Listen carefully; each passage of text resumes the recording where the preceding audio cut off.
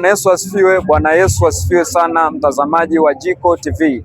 Siku ya leo ilikuwa ndio siku ya mwisho ya kongamano la Pentekoste. Leo ndio ilikuwa hitimisho. Mambo mengi makubwa watu wamejifunza, na wengine wamejaa Roho Mtakatifu, na wengine wamepokea uponyaji kutoka kwa Roho Mtakatifu mwenyewe. Na siku ya leo tena, kama kawaida, nitakuwa na watu wa kuwahoji juu ya ibada ya leo. Na karibu sana. Amina. Kwanza kwa majina, unaitwa nani? Naitwa Maida Bernard. Natokea kanisa gani? Kanisa Sayuni Mponja Mtoni, ni mwenyeji wa mahali hapa. Amen. Siku ya leo tulikuwa ndo mwisho wa semina yetu ya Pentekoste. Katika siku zote hizi 4, kitu gani kikubwa ambacho unaweza kuambia watazamaji wetu ambacho wamekipokea tofauti siku ya leo? Jamani, leo nimepokea vitu vya nguvu sana. Nimepokea nguvu ya Roho Mtakatifu, ujazo nguvu ya Roho Mtakatifu, maana leo ilikuwa ni hitimisho siku ya Pentekoste. Amen. Na una ujumbe gani kwa watazamaji wetu wa mwisho kuhusu makongamano haya ya Pentekoste? Una nini la kuambia kuhusu makongamano ya Pentekoste? Kwa kweli kongamano lilikuwa moto, kongamano lilikuwa zuri. Ndugu zetu ambao mjafika, mmekosa vitu vizuri. Jamani, siku nyingine makongamano kama haya msikose. Bwana Yesu asifiwe, mtumishi. Amina, amina mtumishi. Kwanza kwa majina unaitwa nani? Majina naitwa Martin Filimon Mgona. Amen. Siku ya leo tulikuwa na semina, na ndo siku ya mwisho ya semina yetu ya Pentekoste. Na kitu gani ambacho cha tofauti umekipokea kwa hii semina ya leo? Yani vitu vingi nimevipokea siku ya leo, yani namshukuru Mungu. Yani nimeona vitu vya tofauti kabisa, yani nimefunguliwa. Kuna kitu kilikuwa kinanisumbua ila Mungu amenifungua. Amen. Na una lipi la kuambia watazamaji wetu kuhusu makongamano kama haya Pentekoste, la kuhamasisha kwa watazamaji wetu? Mimi nawahamasisha ambao bado wapo nyumbani, yani wanabidi wawe wanahudhuria kwenye makongamano kama haya, maana watu wengi wanafunguliwa kupitia makongamano. Maana miujiza mingi inatendeka katika uwepo wa Roho Mtakatifu. Amen. Mungu akubariki sana. Amina, amina mtumishi. Bwana Yesu asifiwe mtumishi. Amina. Kwanza kwa majina unaitwa nani? Naitwa Maria Patrick.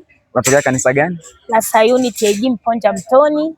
Amen. Siku ya leo ndo ilikuwa siku ya mwisho ya kongamano la Pentekoste. Kwa upande wako wewe, kitu gani ambacho umekipokea cha tofauti sana ndani ya siku hizi? Mimi nilichopokea leo, nimepokea nguvu. Kwa siku zote hizi kwanza nimefurahia, nimemwona Mungu. Amen. Hakika Mungu kweli anatenda. Nimepokea Roho Mtakatifu, nimepokea muujiza, nimepokea kitu kipya. Amen. Namshukuru Mungu kwa hilo. Amen. Na una lipi la kuambia watazamaji wetu wa Jiko TV ambao pengine hawakupata nafasi na wanatamani sana kuja kuhudhuria kwenye makongamano? Una lipi la kuhamasisha? Nawaambia kwamba wasiache kuhudhuria, wanaposikia kwamba kuna Pentekoste wasiache, maana ule ni ujazo wa Roho Mtakatifu, ndiye anayetupa nguvu za kuweza kuendesha wokovu. Maana sio kwa akili zetu. Hatuwezi kushinda dhambi bila Roho Mtakatifu. Hatuwezi kushinda yote haya ya dunia bila Roho Mtakatifu. Kwa hiyo Roho Mtakatifu ndio kiongozi wetu, ndio dira ya maisha yetu kwa ujumla. Maisha yetu yaongozwe na Roho Mtakatifu. Napenda kuwaambia watazamaji, hata siku nyingine unaposikia somo hili, unasikia kwamba kuna nguvu za ujazo wa Roho Mtakatifu, kwamba kuna kongamano kama hili, jaribu kujitahidi kuhudhuria. Airisha ratiba zako zote, airisha mambo yako yote, jaribu kujitahidi kuhudhuria, kwa sababu kule tunajifunza mambo mengi.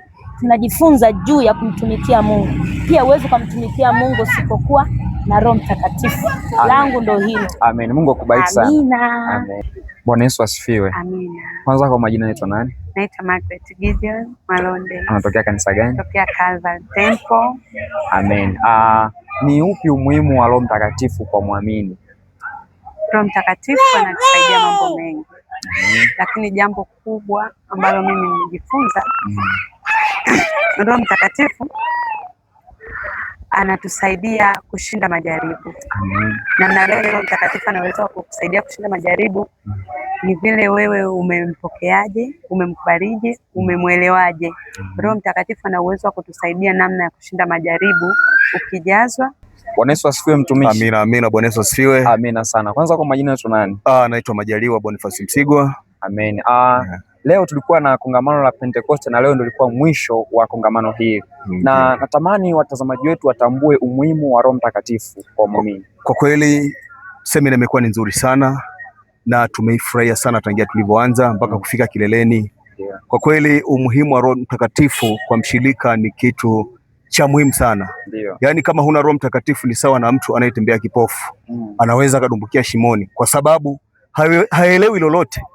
Anaenda tu kama kipofu, lakini ukiwa na Roho Mtakatifu anakujulisha mambo mengi yajayo, anakufunulia vile vile, sio ya kiroho tu, hata ya kimwili.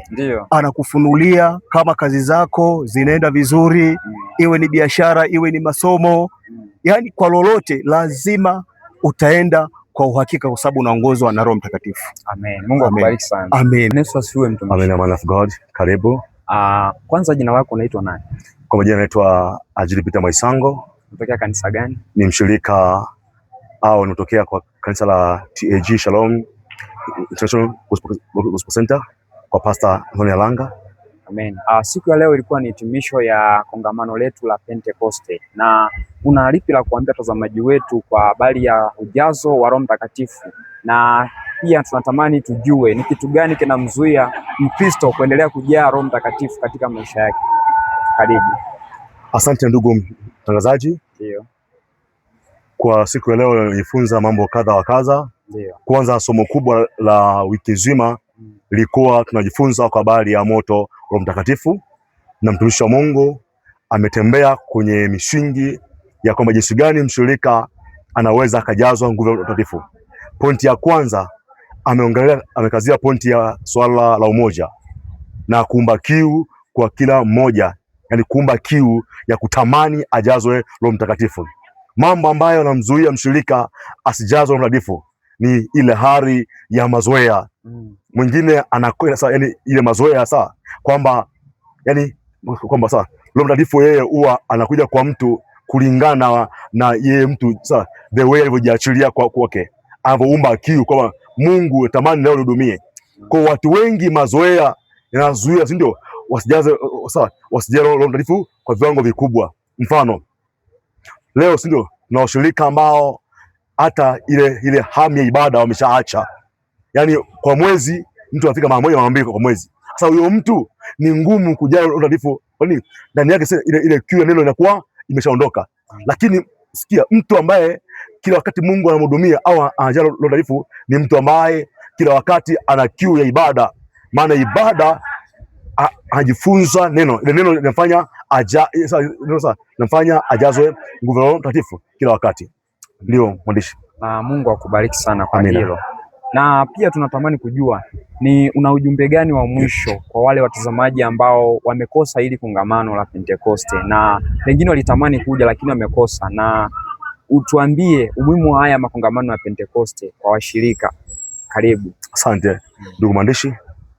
Na ujumbe kwenu ambaye jioni ya leo natazama siku ya leo ni hitimisho ya wiki ya Pentecoste.